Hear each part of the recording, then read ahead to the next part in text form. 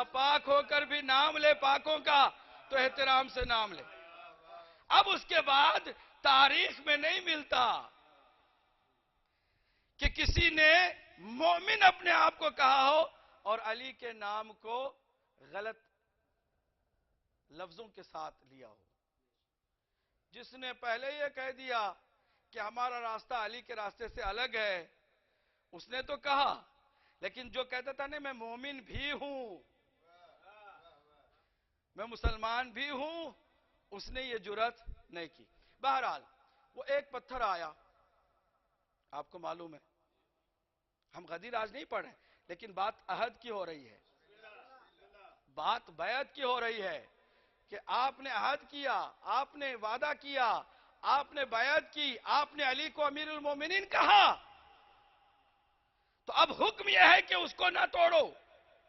توڑو گے تو پھر انسان بھی نہیں رہ پاؤ گے. بات یہ ہو رہی ہے نا.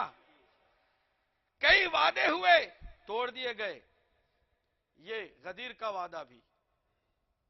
پھر اس کے بعد وہ جو پتھر آیا آپ کو معلوم ہی ہے کہ سر پہ گرا اور پھر نیچے سے نکل گیا اور وہ فنا فی النار ہو گیا ہے نا.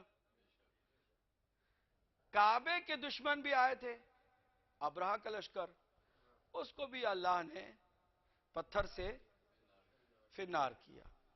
عذاب سملر ہے، دونوں کا عذاب. آسان لفظوں میں سمجھاؤں، بیت کے دشمن کا بھی وہی عذاب، اہل بیت کے دشمن کا بھی وہی عذاب.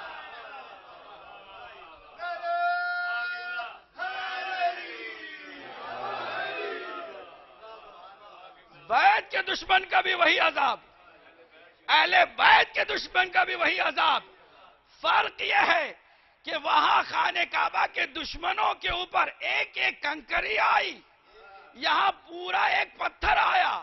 یعنی جتنی کنکریاں خانہ کعبہ کے دشمنوں پر نازل کی گئی، ان ساری کنکریوں کو اکٹھا کرو تو ایک پتھر دشمن علی کے سر پہ آتا ہے.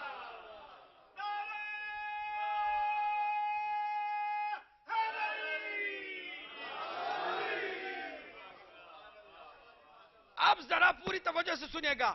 آج دنیا اس وقت میڈیا کی وجہ سے حق کو پہچاننے لگی ہے.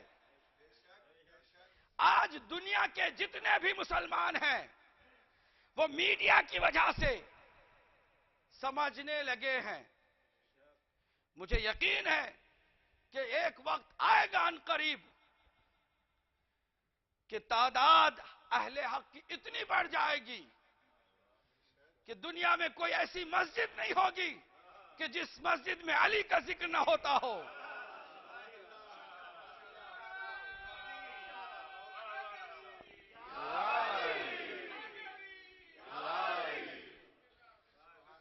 یہ اللہ کا خاص وعدہ ہے. جب بات اللہ ہم سے کہہ رہا ہے کہ وعدہ کرو تو وعدے کو پورا کرو، تو اس نے بھی تو ایک وعدہ کیا ہے اور وہ وعدہ ضرور پورا ہوگا. کبھی اللہ اپنے وعدے کو نہیں توڑتا. اس نے کیا وعدہ کیا ہے؟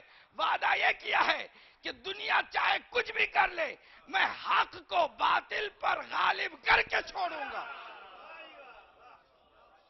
آج دنیا میں حق کا بول بالا ہونے لگا ہے اور ہم جیسے گنہگار، حقیر، ناچیز طالب علموں کو اس کام کے لیے اللہ نے چنا ہے. یہ اس کا کرم ہے. اہل سنت کی جو پڑھے لکھے لوگ ہیں، جو ای میلز کے ذریعے سے، فون کے ذریعے سے حوصلہ دیتے ہیں ہمیں اور یہ کہتے ہیں کہ واقعاً جس طرح آپ پیش کر رہے ہیں حق کو، ہمارے دلوں پر اس کا ایسا اثر ہوا ہے کہ رات ہم سوچتے ہیں، اظہار حقیقت کو تو نیند نہیں آتی ہے، دن میں سوچتے ہیں تو کوئی کام کر نہیں پاتے ہیں. کہتے ہیں کیوں؟ اس لیے کہ جب آپ کی بات ہمارے ذہنوں سے ٹکراتی ہے تو نیند اڑا لے جاتی ہے. اس لیے کہ بار بار اندر سے ضمیر کہتا ہے کہ اگر وہ حق ہے تو تم کیا کر رہے ہو.